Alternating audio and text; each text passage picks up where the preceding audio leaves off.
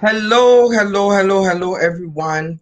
I trust we're all okay, that you had a fantastic week, and that everything is looking good. And even if it's not, you're finding the courage to take it day by day and moment by moment. Today, I've decided we're not going to do poetry. We're going to talk about two tragedies that have surfaced in the news today. This week. For us here in Canada, it is the 751 unmarked graves in the province of Saskatchewan, where supposedly there are children buried that attended the schools there at the time.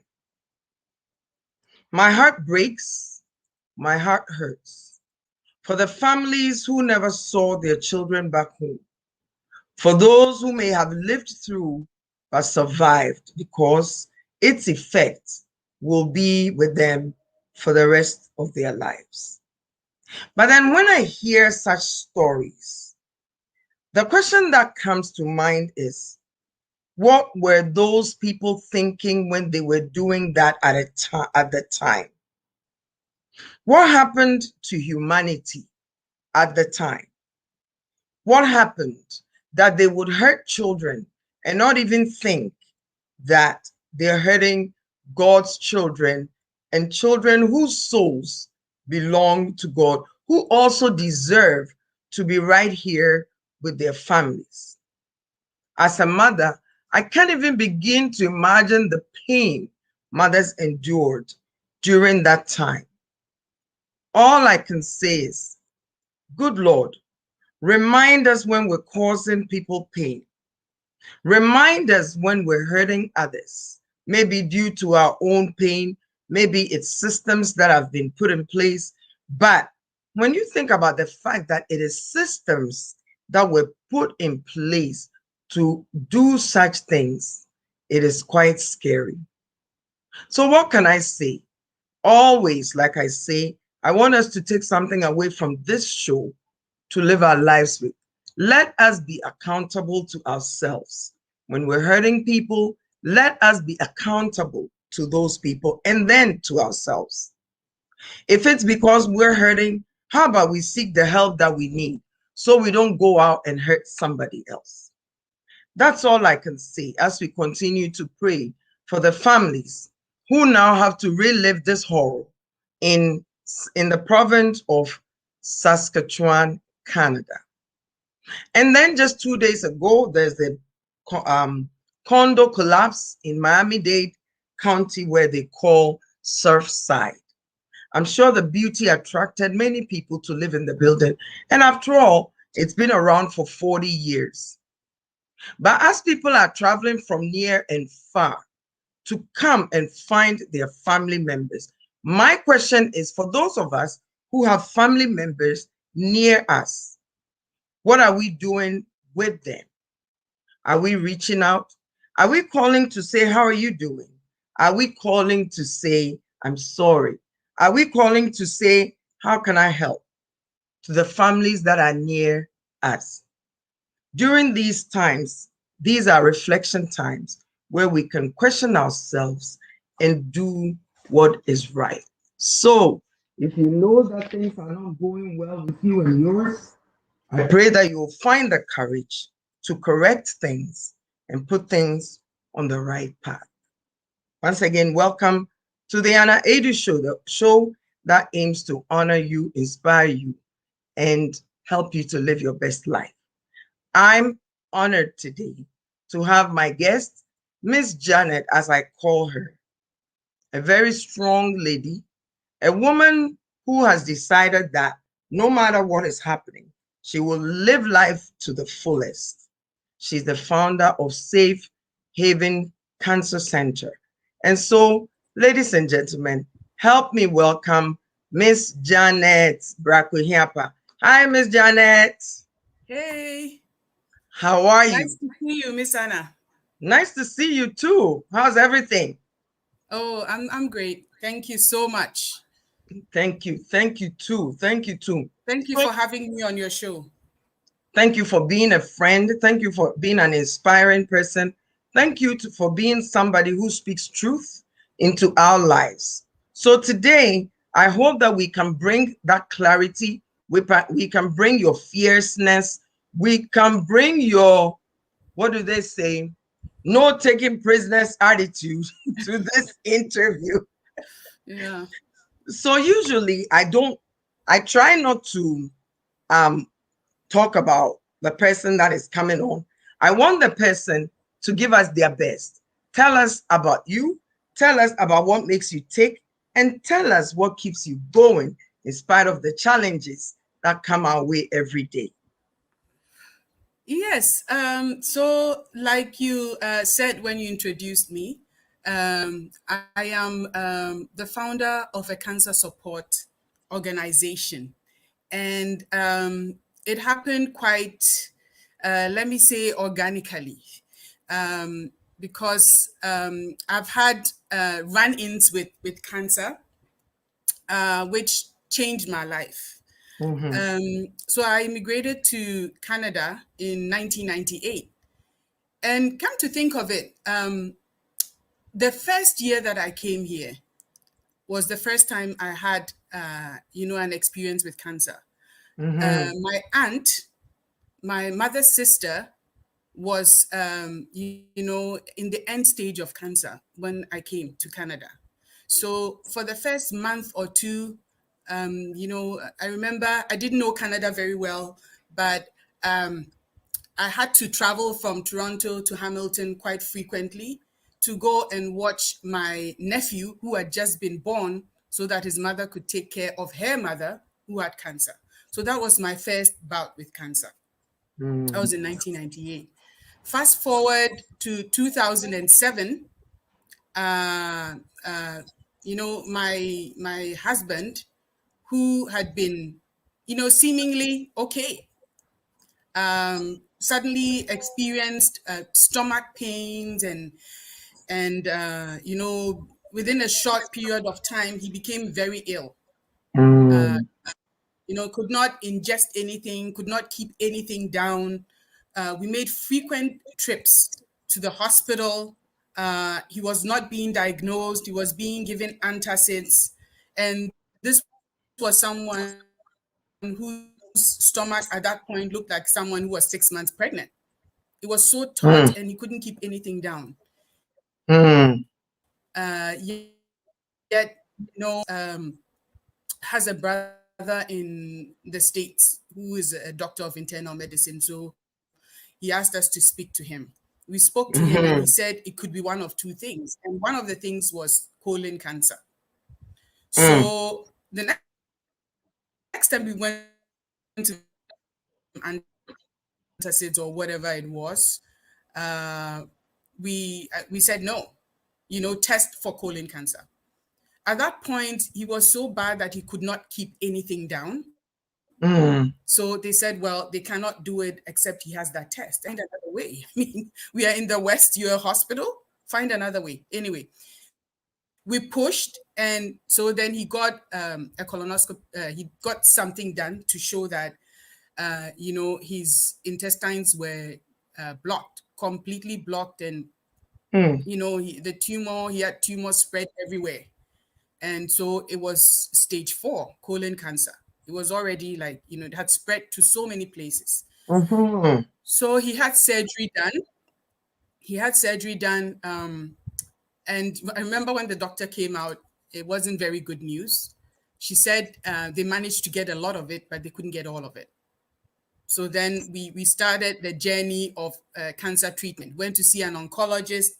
The news that they gave us was not very good. They said, there was mhm, not much that they could do. It had spread too much. They gave him months to live. But so I will just, reveal who I am as we go through, as I go mhm. through my story. So Right. I'm a follower of Christ. Let me put it that way. I Yes. try to be a follower of Christ, and I try to Right. believe what the Bible tells me. So when my back is against the wall, and no, all the time I pray. I pray a lot, Mhm. not only when Mhm. my back is against the wall, but that say one thing, but it is what you say that matters, Mhm. right? So I just Mhm. started to pray. So they gave him months, but he lived 2 years actually. 2 years he lived. And, I take that as a gift from God. And it also helped me to learn a Mhm. little bit more about the disease. It helped me to, know how to take care of. It showed me a lot of things, right? Mhm. And well, Mhm. I put all that in my back pocket and chucked it down to experience and thought that was it, right? Mhm. So I have, at that point, when my husband died, I had two young men. I have two boys, two boys, and they were 7 and 3 at the time. So now, I had to bring up these two boys on my own.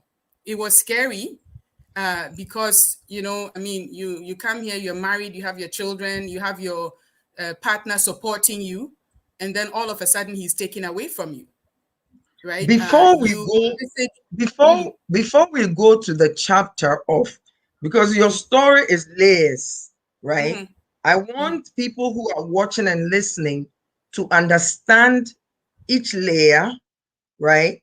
So that they also can take something away from it, right? mhm, mhm. So you came here at what age? I was 29 when I came here. Yeah. 29. Okay. Mhm, So then you're married, you're trying to live your life. mhm. Seemingly everything is going well.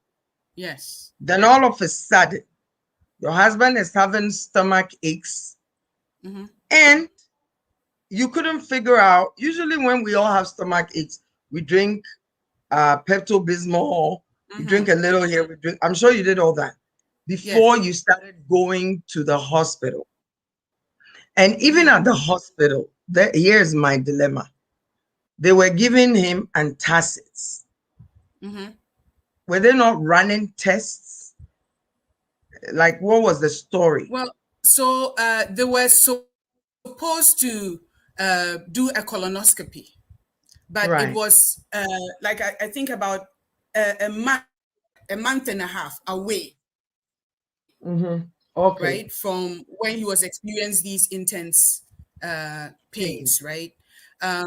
So, like I said, when we called the doctor and he said it looks like the symptoms, it could be colon cancer, we pushed them to, So bring the you had test to forward. push. We You had had to to push. push Yes, for them to move the test forward. we had to push. We had to Okay. push because at that point, he was in too much pain, Yes. like, and nothing was being done, and we couldn't wait a month and a half for him to be Now diagnosed. that you have this message in the back Yes. of your mind. So you push. One thing I learned Mhm. is that you have to be proactive in your own healthcare. Don't just take what Yes. the doctors are telling you. If you know there is something wrong, I mean, we all have intuition and we Hmm. know when there's something wrong. We know when our bodies are not behaving the way they should behave. We know when we are being told that, you are okay. If you are not feeling okay, do further investigations, push. Yes. If Yes. your healthcare providers are not agreeing with you, or don't want to do further investigations, get a second opinion, go somewhere Hmm. else. Hmm. But you have to Yeah. push. You have to advocate for yourself. For If you cannot yourself. advocate for yourself, get someone who can do it for you, right? A So lot. your twins, so at this point you were how old? So at this point, I think I was about 40 something. Yeah, I was in my early So 40s at this point. okay, so 40 I something. was in my You're early taking care 40s. you're taking care of two boys and your husband Hmm. who is not well. Okay. So then Hmm. when you pushed for the is it colonoscopy, Yeah, it so was like moved. I said, yeah, so they found was stage 4 colon cancer that he had. He had the surgery, and like I said, he had treatment for about 2 years. Mm-hmm. He wasn't given Okay. that long, he lived that long, right? We Right. had all sorts of treatments. We had treatments here in Canada. When that stopped working,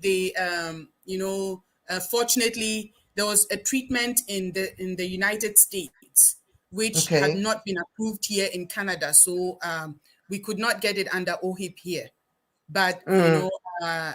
there's so many resources, when you ask the hospital. So they referred him to the US, where he could get that treatment. Mm-hmm. So he just had Mm-hmm. it across the border in Buffalo. Okay. So he did that Okay. for about 6 or 7 months, and then that stopped Mm-hmm. working.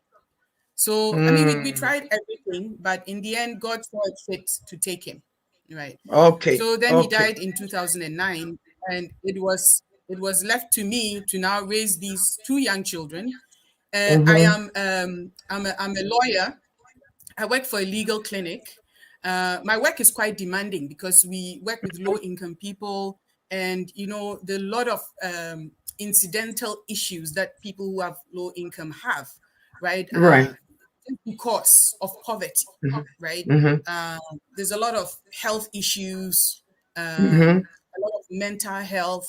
So it's a Mm-hmm. very, very Challenging I love profession. my job. I love my job, but it's very can be very stressful, right? Yeah, I So I'm can dealing with imagine. all that, and I'm a full time. I work full time, so I had to deal with that and deal with my children, and so it was a bit of an adjustment, right? Yes, of course, I can imagine. But then things sort of settled down, life was going on. Mm-hmm. I had the support of my church family, which is another important thing, right? Mm-hmm. I got through all this because I had so much support, right? Support, My support, friends support, support. surrounded me. They became like immediate family. Some of my close Yes, friends became immediate family. I yes, could rely on them for everything. My church family was there to support me spiritually as well. There was yes. always someone who would take the kids if I was busy,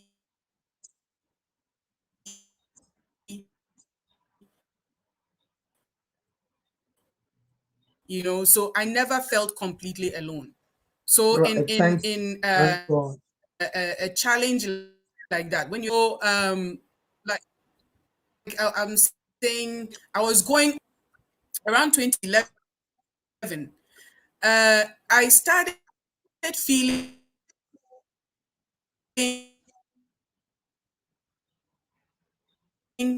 and because of what had happened with my husband, I was very careful to make sure that I had Mm-hmm. myself checked out. So my symptoms were things like my hair was falling out, my weight Mm-hmm. was going up and down, Mm-hmm. I had fainting spells and all Oh, that. And I could not connect it to whatever right. it was. I didn't know what was going on. So my family doctor, he's an amazing doctor. He listened to me. So again, Mm-hmm. uh, make sure you talk to your doctors. Uh, Make sure your doctor is someone who will listen to you, and not only Mm-hmm. listen to you, but will also take action. Will make you feel comfortable. Will Yes. make you feel Right. heard. Will make you feel like they're doing something about your problem, Right. right? Mm-hmm. So he did everything, referred me to do so many tests, Test. right? And everything came back negative for any serious illness. Okay. So, Okay. according to the tests, I was fine. But I knew I Mm. was not fine. I You knew there knew. was You knew. something wrong, right? I Yeah. knew there was something wrong. So, again, when I don't know what to do, when I'm not being given any answers, I just pray. Mm-hmm. So this was in 2010 going into 2011. And in 2011, October, I was doing a self breast exam. It's Mm. good for us to do that as women, Yes. right? Yes. Yes. I was just doing it, and I discovered a lump. And I was wondering why I had a lump because I'd never felt it before. Never had Never, it. never felt that lump before. So I the next day, immediately, it was in the evening. So the next day I called my family doctor and I said, I discovered a lump in my breast. Please refer me to do a mammogram. So I went to do a mammogram. And the mammogram results came back and said there was nothing. Even though you had the lump. There was nothing. They could not even see the lump. They said there was nothing, or whatever it was, they did not see it as anything that is, life endangering. Alarming. So, so then I was happy for a little bit. Of course. But I had that feeling that there was something wrong. And the lump was still there. It hadn't gone anywhere. The lump was still there, and I felt that, no, there's something wrong. So I just continued to pray. And so this was in October. And I had my physical, medical with my family doctor at the end of the year, December or into early January. So at that point, my family doctor said, you know what, I'm uneasy about this lump in your breast. How about you go and get a second opinion? Right. So my colleague at work, who's also a very good friend of mine, she'd also had breast cancer. And she had this amazing surgeon, right? So I told my family doctor to refer me to this amazing surgeon. So I got the referral, went to see him. He did an exam. I mean, we took the mammogram and all the things that he'd requested. He did an exam as well and said he doesn't think that it's anything serious. It's anything to be concerned about.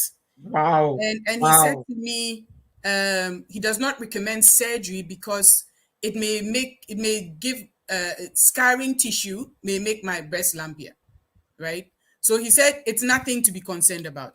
And I mean, I was with my girlfriend, so she heard him say that, and he even said he's about 90-something% sure that it was nothing. But that doctor is so thorough. I just love that doctor. He's so thorough that in spite of the fact that he thought it was nothing to be concerned about, he still did a biopsy. Okay. A biopsy is where they stick a needle into the tissue, and then they draw some tissue out and they test it to see whether it's malignant or benign, whether it's cancer or not, right? So he did that. And a few weeks later, like about a week or two later, he calls me frantically and says, you know what? You could have knocked me down with a feather. You actually do have a malignant tumor, and it's an aggressive type. Were you not feeling any pains? Like, was your body not off, or you were just you didn't feel anything at all? No, that's what I'm saying. So with the lump itself, you don't feel anything. Okay. I think from what I've heard, it's only when you get into the end stages that you begin to feel pain. By then it's almost at the stage that I was, and in the early stage, you don't feel pain. But your body, like I'm saying, my body was telling me there's something wrong. You might not feel pain, but there will be other symptoms. Right. So yeah, it is the other symptoms which started me on my journey of investigating what was wrong with me anyway. Right. And that made me very vigilant about what was going on. Right? So yeah, they diagnosed me in March of 2012. And, he was very concerned, the doctor, because he said it's aggressive. So, he quickly booked a surgery. There was a cancellation. So like within weeks, I had surgery. He gave me the choice to have a lumpectomy, which is taking the lump out. Okay. Or a mastectomy, which is taking the breast off. And mind you, my kids were young. Okay. So I wanted the most aggressive treatment. So I said, take it off. Plus, you had lost your husband. Yes. They were already suffering as children who are boys who have lost their father. Now you had this, so you couldn't take any chances. So I said, you know what? Take it off. So they took it off. What am I using a boob for anyway? So they took the whole thing off. They took both off. Yeah. No, one. I took the affected breast off. Off. So Okay. they took that off. And I mean, people say I'm crazy when I disclose these things, but Right. I'm not crazy. I'm doing it for a reason. I talk about this for Well, a reason. stop right there. Mm-hmm. Stop right there. For anybody who tells, for any, you know what I'm going to say. For Uh-huh. anybody who tells you you're crazy, that is what I admire about you. That is one of the things I admire about you and gives me the strength. Because, in life, they say, mix and mingle with people who encourage you and push you. One of the things I like about you is the fact that you're a truth teller. You have nothing to hide. You don't owe anybody anything. Nobody owes you anything. So you live your life on truth. And that is what I like about you. So don't worry about those Exactly. who are saying you're crazy. They're probably Exactly. struggling with their own truth. So, Exactly. What does the Bible say? The truth will set you free. I mean, you have freedom ah, when my you are not sister. hiding anything, I mean, you don't worry too much about what people and over the years I've gotten used to not everyone liking me, you just live your life. You just live your life in your truth and in the truth of God. And And that's all. history will vindicate you. That's what I say. History will Hallelujah. I like vindicate that. whether your actions spoke truth or not, right? Yes. So Yes. anyway, so I had the whole works. I had I had the surgery, I had chemotherapy, I had radiation. I stayed home for about a year and a half, almost close to a year and a half. Mm, And I mean, I thank God that my job had good benefits, so I was able to just be comfortable, right. at home And and just focus. through all Mhm. this, your boys understood that cancer has come again. Yes, they did, but I tried to make things normal for them. I Right. reassured them that I wasn't going anywhere. Mm-hmm. For the most part, I was healthy. Apart from the cancer, I was healthy, right? Okay. Let me put it that way. I mean, in between treatments, I was well enough to do the things that I liked. And during Okay. this time, my friends were so spoiling me. It was Mm-hmm. awesome. Mm-hmm. You know, it Okay. was a Now I double understand. double Now I edged understand why double people edged say sword. you're crazy. You It know, was it was my, almost like yeah, keep it coming, keep it coming. my friends were like spoiling me. They will take care of me, entertain me. I went bowling, all sorts of stuff. They would Right. cook for me. My kids were never, almost always, every weekend, they were not at home. So Okay. I had the time to relax. To rest a bit. I had friends staying over. I had amazing friends. Like, I could not Awesome. have done this without Alone. the Yes. friends and the support and the family around me. I could not have done it. So it made the ordeal much, much more bearable than it would have been, right? Okay. So what I'm getting is that during this time when you were facing this again, I can imagine the fear and everything, but because of the support you had, it didn't weigh on you too much. You're not denying the fact that it was there. You're saying because you were surrounded by church friends and family, and all of that. And then also community friends and family, you were able to bear it a bit better. Is that what you're saying? Yes, yes. And I think it's also because I talked about it, right? I didn't keep it to Beautiful. myself. When I got Right. sick, I disclosed it. I disclosed it, of course. At work, I had to do so. I had no choice. But even my work people got involved. I remember Wow. my boss at the time, a few of the lawyers and my friend, they actually had a schedule to take me to chemo. I remember Wow. one time my boss, who, like, she lives in Toronto. I live in Durham region in Whitby, right? Mm-hmm. And so it was her turn to take me to chemo, and the chemo was at 7:30 in the morning. At that time, my sister had visited me from Ghana. So Right. I told my boss, you don't need to come. My sister is here. She said, no, no, we already have, I'm already on the schedule. She drove all the way from Toronto came to Whitby, picked me up, took me to the hospital, and they just sat with me. And so my work people, even my work people got involved, right? And then like I said, my friends would take care of my children. I had a young woman at the time, amazing young woman, who was actually doing a master's at Harvard, right? But she was doing some of it remotely.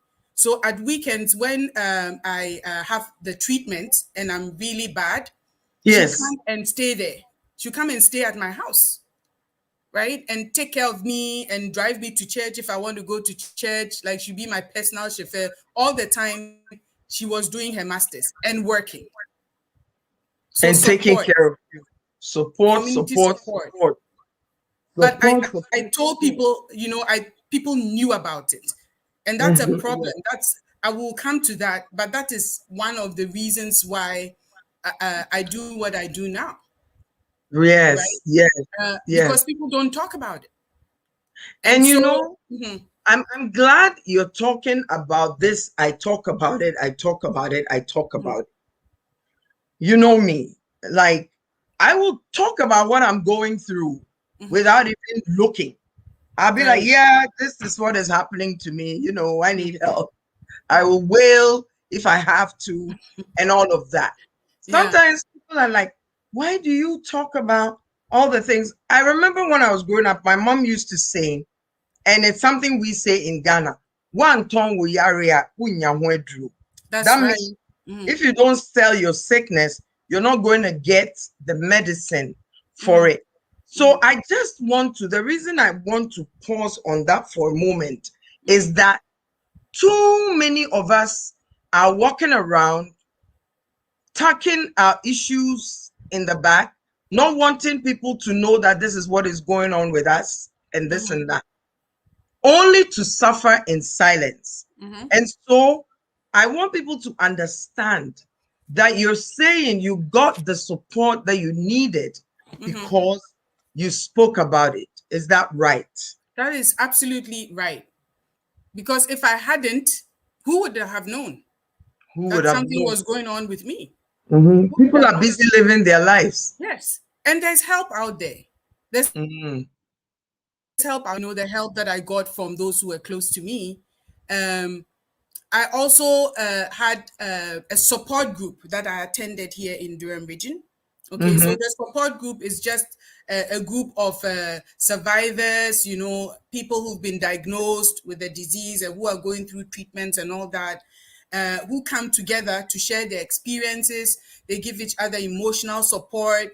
They talk about their symptoms and, give suggestions about what to ask your doctor and all that. So it's like we are all in this together, right? Yes, And yes, and so if you're going through something, you know that you're not the only one. Someone else is also yes, going through it. What you're yes. going through is not necessarily going to kill you, because No. someone in the group is also going through it.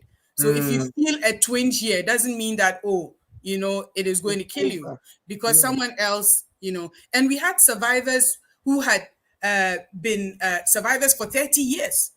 Some of them Mm. had cancer multiple times. Okay, and they've been in clinical trials. So all that, sort of gave me hope that cancer is not a death sentence, right? It's not a Mm. death sentence. Mm. People can live long, right? Mm-hmm. But the thing is, it has to be detected early for It you to has to have be a chance detected of early. living long, right? And then Yes. also, even after it's detected and treated and all that, your emotional well-being is a great part of your Mm. recovery, and you continuing to live a good life. Okay, Mm-hmm. most Mm-hmm. people who get cancer, sometimes they are afraid, depression sets in, stress and all that, and so that does not help your condition, Yes. right? Mm-hmm. So joining that support group was very, very enlightening and eye-opening to me. But Yeah. one thing I noticed, though, I was the only black person, the Mm. only black person who Mm. was part of Mm. that group. And then later on, I found out that, nobody in our community talks about it either. So People hold don't on a talk moment. about they have One cancer. moment. Nobody will talk about it. Mhm, One moment. mhm. So you're saying that in this group that you were in the whole of Durham, you Right. were the only Black person there. Only Black person. And So, then also within uh-huh, our community, mhm. we don't, cancer is like a whisper word. Hey, Yes. not cancer. Yeah. Eh. You You don't know, even we're say almost cancer. You say the C word. You know, the you can't C say the word. C word. And then it's followed by the D word, dead. You know, Miss Yeah. Janet, we're laughing, but it's not Uh, funny. yeah, it's but that is what I say. It's such a heavy topic It's that heavy and you deep. have to see people like me who make a little bit light of it. I'm not saying it's a trivial matter. No, but we continue to make it something mystic and like mystery surrounds it and all that, then people But will not want to talk about it and seek the help that they need. And but what? it's real. It's Mhm. real and it's within us. So it's important that we talk about it, talk about it, talk about it. Yes. So that brings us to, so now your husband passed. First of all, you came and you came to somebody or met somebody who was at the end stage of cancer. So that person passed away. Hmm. Then a few years later, your husband passed away, leaving you with two Yes. children. Then a few years later, you discover that you have cancer, right? You're a Christian, you're a Right. firm believer in Christ, right? Did you ever Hmm. ask yourself, okay, God, what's up? Did you? Yeah. Yes, Did I you did. fight God? I did. Well, with the first one, it had already happened when I came. So, I Okay, wasn't that connected to it that way, let me say, you into know. it. Mhm. Uh, but with my husband, I was like, okay, why is this happening? I go to church, I'm in the praise and worship team, I try to be a good person. Okay, so why is this happening to me? But Mhm. Mhm. um, I have learned over the years that God allows things, and you just have to trust. With God, it's a matter of trust, okay? It's a Because matter He of knows the trust. plans that He has for everyone, okay? And what I Mhm. want may not be necessarily what He has planned, right? Right. And Right. also, Mhm. there's so many things. All I can do as a follower of Christ is to make sure I trust Him no matter what, and Yes. and be real with Him, right? So Mhm. I did ask those questions. I did ask Mhm. those questions. Why are you doing this to me? And Yeah. and all that. But I just always had peace going through all those Yes. experiences. I had You had peace, peace. and like I said, He put support in my way. He helped me through the process. Mhm. Then Mhm. when it happened to me, I was like, come on, Come why? on, talk to me. What's up? What's up? I was like, what are you doing? you know, A DNA, as we say. so I was very perturbed to begin with. I said, what are I you can doing? imagine. Why Oh, are Miss you Janet. doing this? Why? Um, Why? but again, the way things unfolded showed me that there was a bigger plan. Okay. So maybe, so the theory that I have is Uh-huh. that I'm a big mouth. I don't mind talking. And God needed to give you a job. Yeah, well, I talk for a living, right? I get paid to talk. And okay, I'd had one part of the experience being a caregiver. Right. Okay. Right. Right. And so now it was me. And it Right. got caught early enough. And Right. I went through the whole process with a lot of support. So like I was saying, it wasn't fun, but it wasn't that difficult for me either because of all the supports that I had, Right. right? And Right. I But had wait, lots of periods. before you go on, before Mhm, you go on, you mhm. make it sound as though, if somebody is sitting by, they'll be like, is this woman okay? She's making this sound a little too, we're giggling and everything, but Mhm, that's what we do. It mhm, doesn't mean we don't accept our reality. Would mhm. you say that the kind of person you are, your nature itself, also helped in dealing with these issues that you were going through? Because I think sometimes my nature itself Mhm. carries me through some of the situations that I face. Would you say the same thing for yourself? Absolutely. I don't very solution oriented, right? Yes. When I'm faced with a problem, the first thing my mind goes to is how do I fix it? Or Okay. that's how I operate. So Yeah. You if I'm don't put sit around in a feeling sorry situation, for yourself. if it sucks, sorry, I shouldn't be using that word, but It's if too late. Let's go the on. if the situation is not good, I might mope for a little bit, but then I think, what next? Right. And then also, not to sound like high-minded or something, but I try to learn from things that I go through, Right. and see how my experience can impact someone else. So Right. that's what happened with this.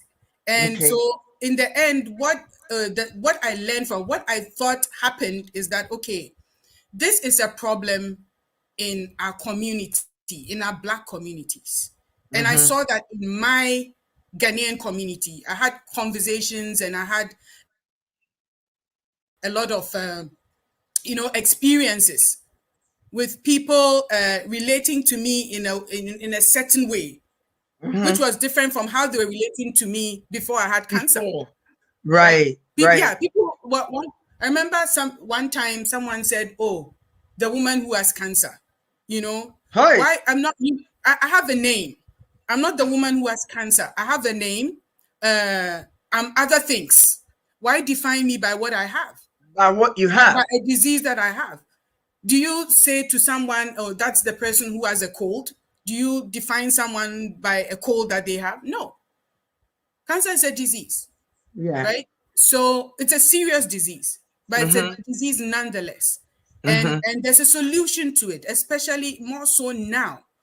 Mm-hmm. There's so many advances in science now that if it's detected early, it can be treated early, and the chance that your life will be prolonged is like extremely great, especially Okay, for so certain now types of that cancer. Mhm, now that you talk about the fact that there are so many resources and things mhm, like that, what are some of the basic symptoms to look out for, to determine? Because I hear you're saying, and I always hear early detection, early detection, early detection. So mhm. for those of us that are listening to you, what are some of the basic things we have to look out for? I don't think 1 hour is long enough for this conversation, so we'll bring you back again because this is a very important topic. It's a very, very important topic. Today, we're getting to know you.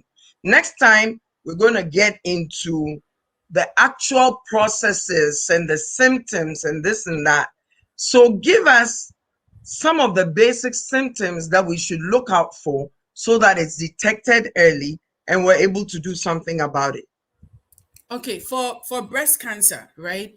Uh, you as a woman, okay, you are taught that at a certain age, you should be examining your breasts regularly. Mm-hmm. Okay, so the reason why you have to do it regularly and at certain periods is to detect if there are any changes Mm-hmm. in your breast, Mm-hmm. right? Mm-hmm.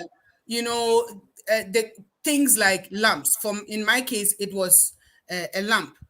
Okay. In other cases, it might be maybe the shape of your breast has changed. Okay. Okay,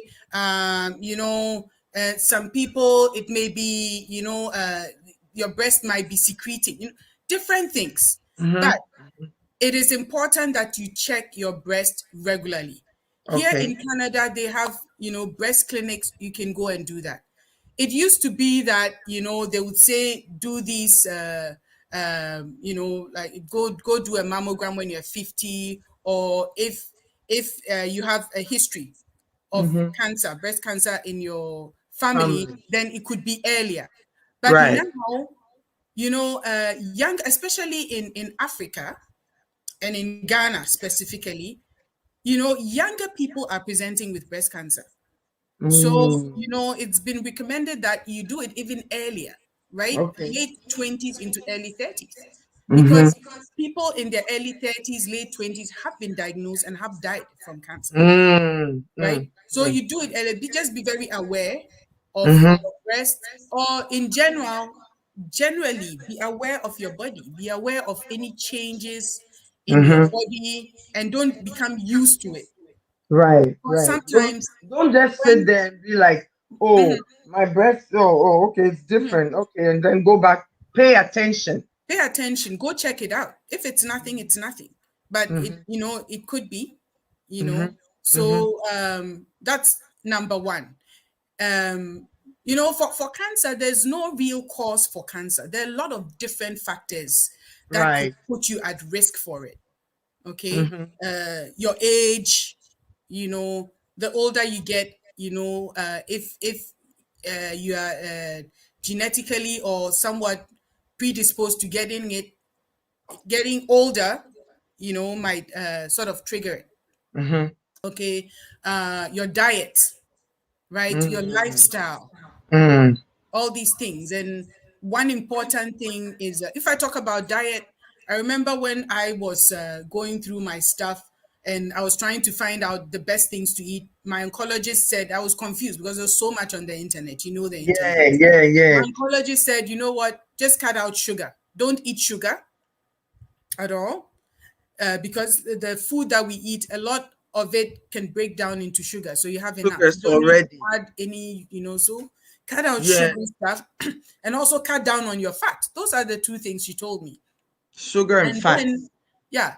And then, for the other stuff, you just, you just make sure you eat healthy, more vegetables than, red meat and Mm-hmm. stuff like that. Try and eat healthy.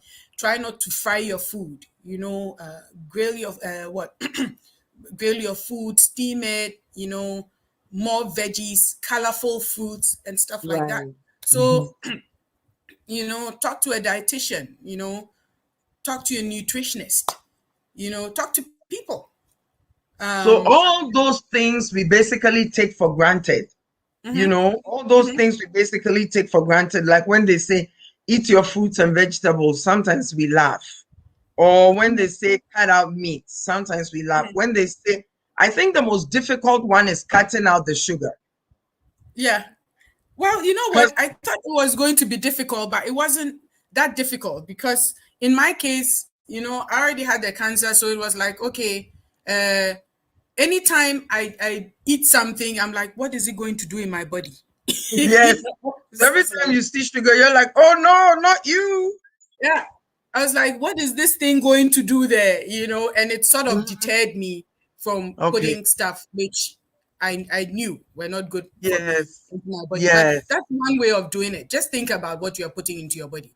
And How's what it is going to going to benefit your affect? body apart from it giving you pleasure, right? Right. Hmm. Tantalizing your taste buds.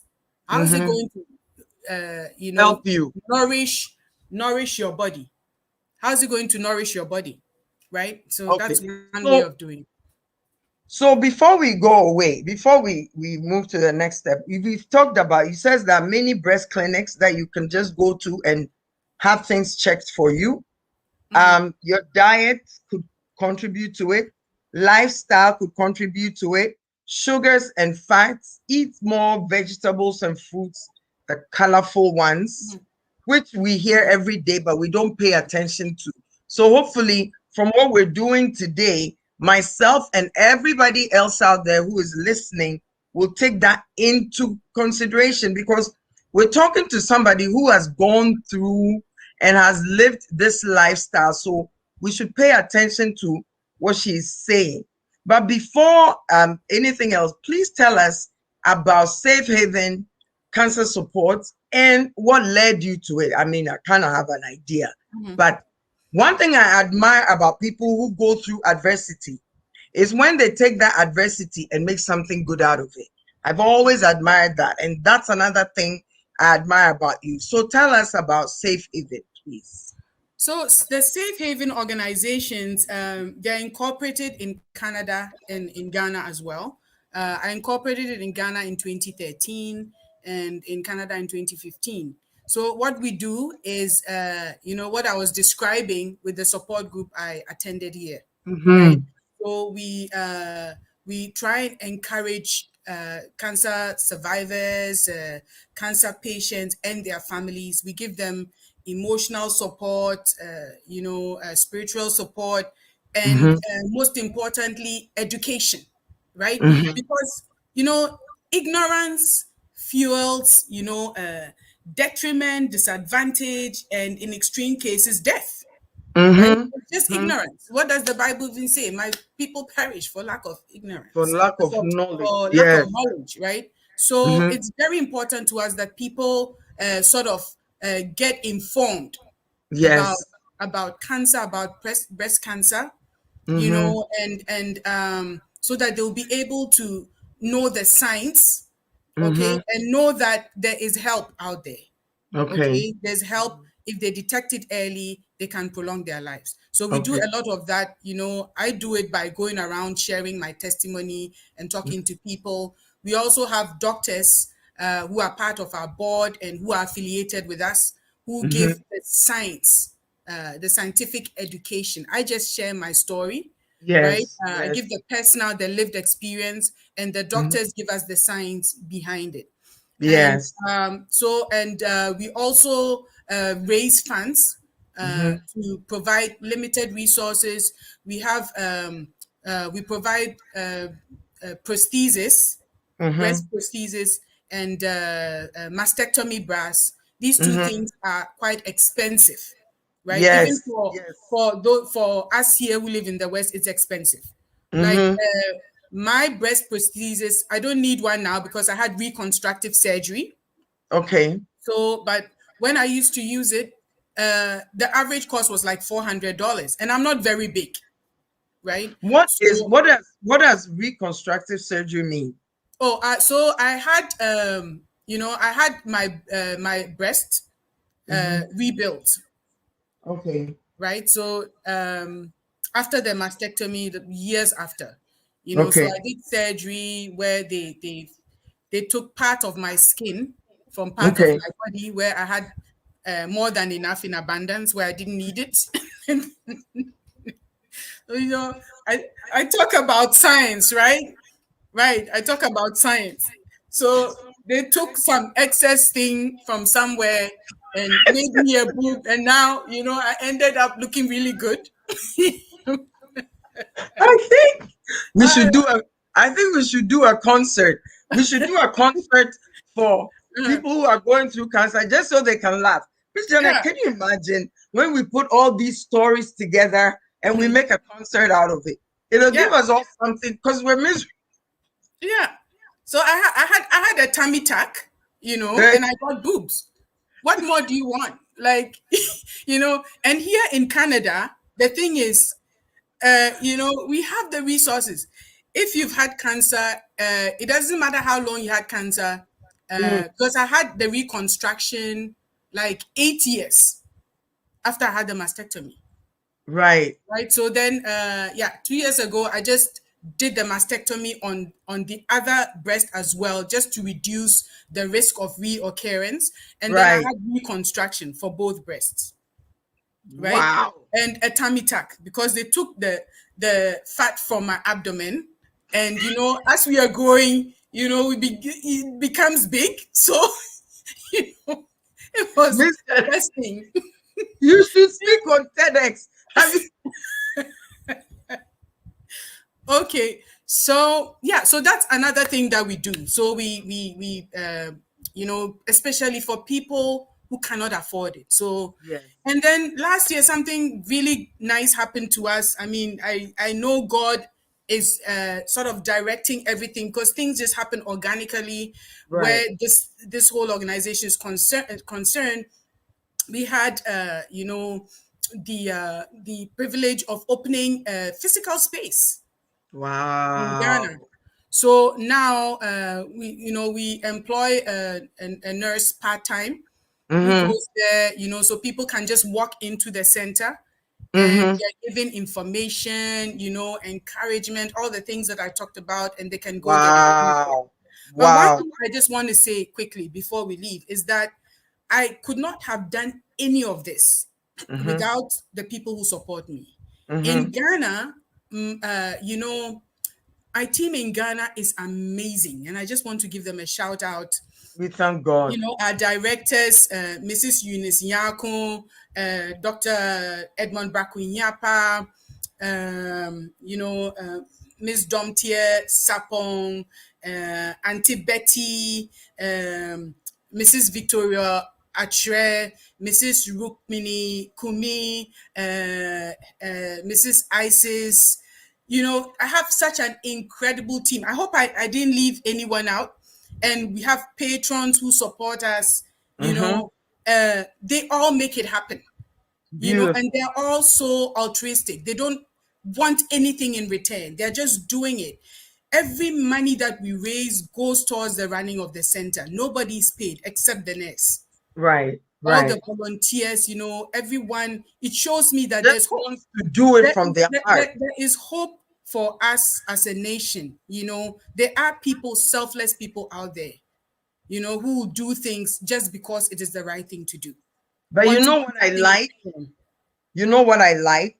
Mm-hmm. You see, you mentioned all these people, and I'm sure I hope I didn't leave anyone out. Please, if I did, please forgive me. I think you're already forgiven.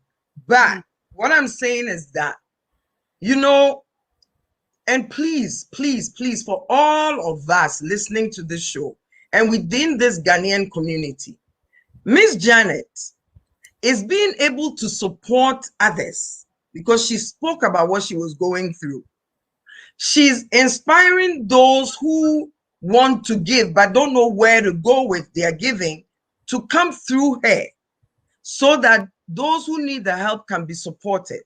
So, as we were growing up, we used to sing that song, "This Little Light of Mine, I'm gonna let it shine." Yes, even the darkest aspects of our lives, sometimes when we let it shine, others benefit from it. I know I've benefited from being Miss Janet's friend. I know I've been bold because she's pushed me to be bold.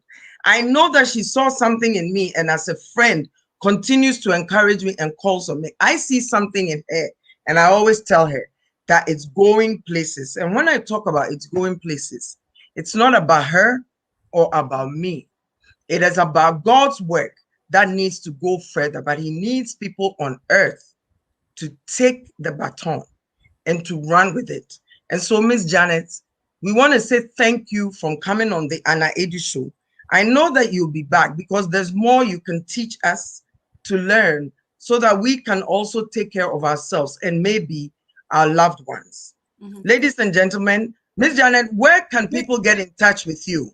Okay, so in Ghana, if people want to go to the center, it's at 3867 -22 off Na Atar Close, Tesano South.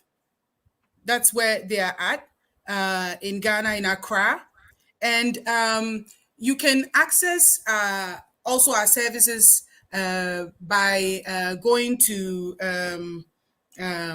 our website, which is www.safehavencss.org. Our email address is safehaven.01@gmail.com. You can shoot us an email. And our phone number here in Canada is 647 430 9376.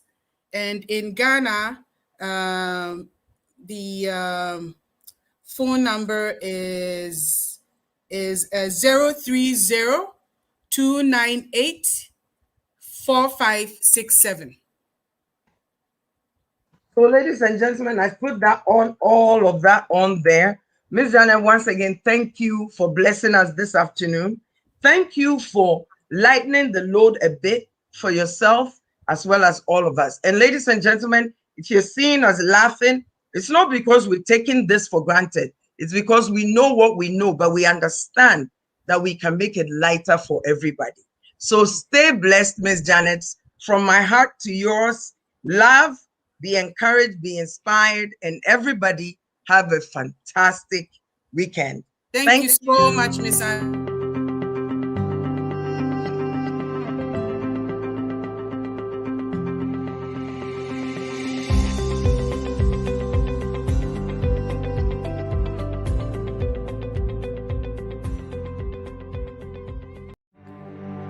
TV.